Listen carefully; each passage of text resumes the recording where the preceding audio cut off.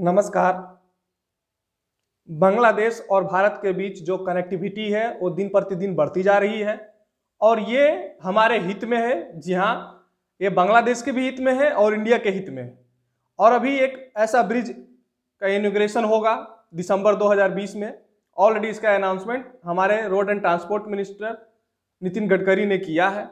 मैं उसके बारे में आपको बता रहा हूँ कि ये कौन सा ब्रिज है और इंडिया के लिए सिक्योरिटी पॉइंट ऑफ व्यू, जी हाँ, हमारे डिफेंस के लिए और हमारे ट्रेड के लिए और हमारे इकोनॉमिक डेवलपमेंट के लिए जरूरी है और साथ ही साथ बांग्लादेश के भी इकोनॉमिक डेवलपमेंट के लिए ये बहुत जरूरी है।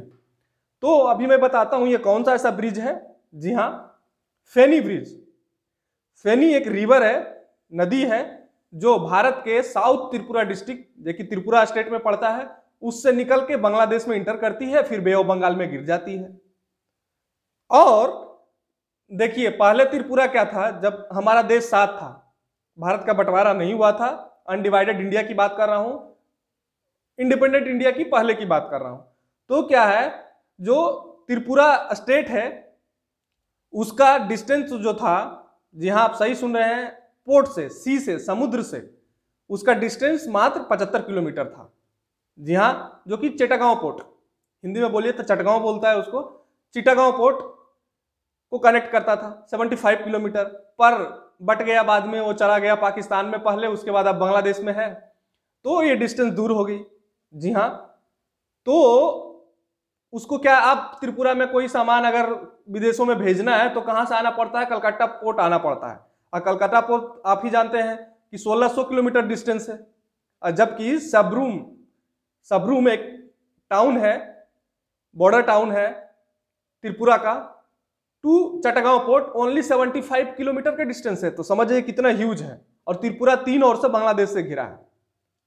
तो क्या होगा कि जब ये ऑब्वियसली है, पहले क्या है, सबरूम है त्रिपुरा का, उसके बाद यहां से फेनी रिवर बढ़ती है, फेनी रिवर बहती है और उसके बाद बांग्लादेश आ जाता है और 75 किलोमीटर के बाद चटगांव पोर्ट आता है। तो क्या है कि अब कोई भी सामान अगर त्रिपुरा, और त्रिपुरा ही नहीं, नॉर्थ ईस्ट के स्टेट अगर भेजना चाहे विदेश, तो उसको चटगांव पोर्ट का एक्सेस मिल जाएगा।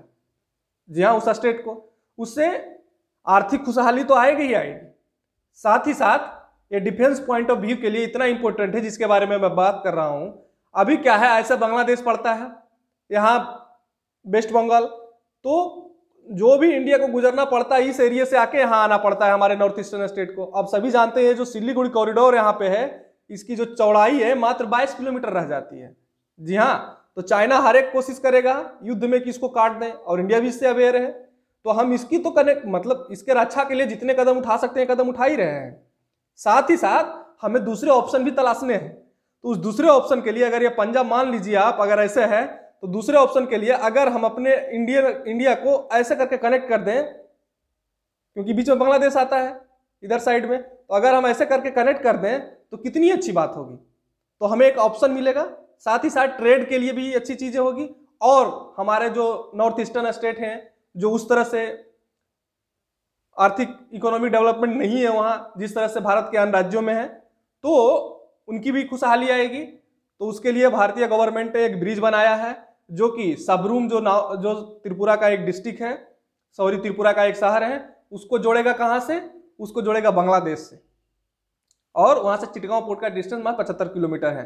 तो इस रिवर बनने का स्टार्ट इस रिवर पे जो ब्रिज है उसका बनने का स्टार्ट 2015 में हुआ था। अब जाके ये लगभग तैयार हो चुका है और 2020 दिसंबर में इसका उद्घाटन होगा, ये नितिन गडकरी ने बोला है।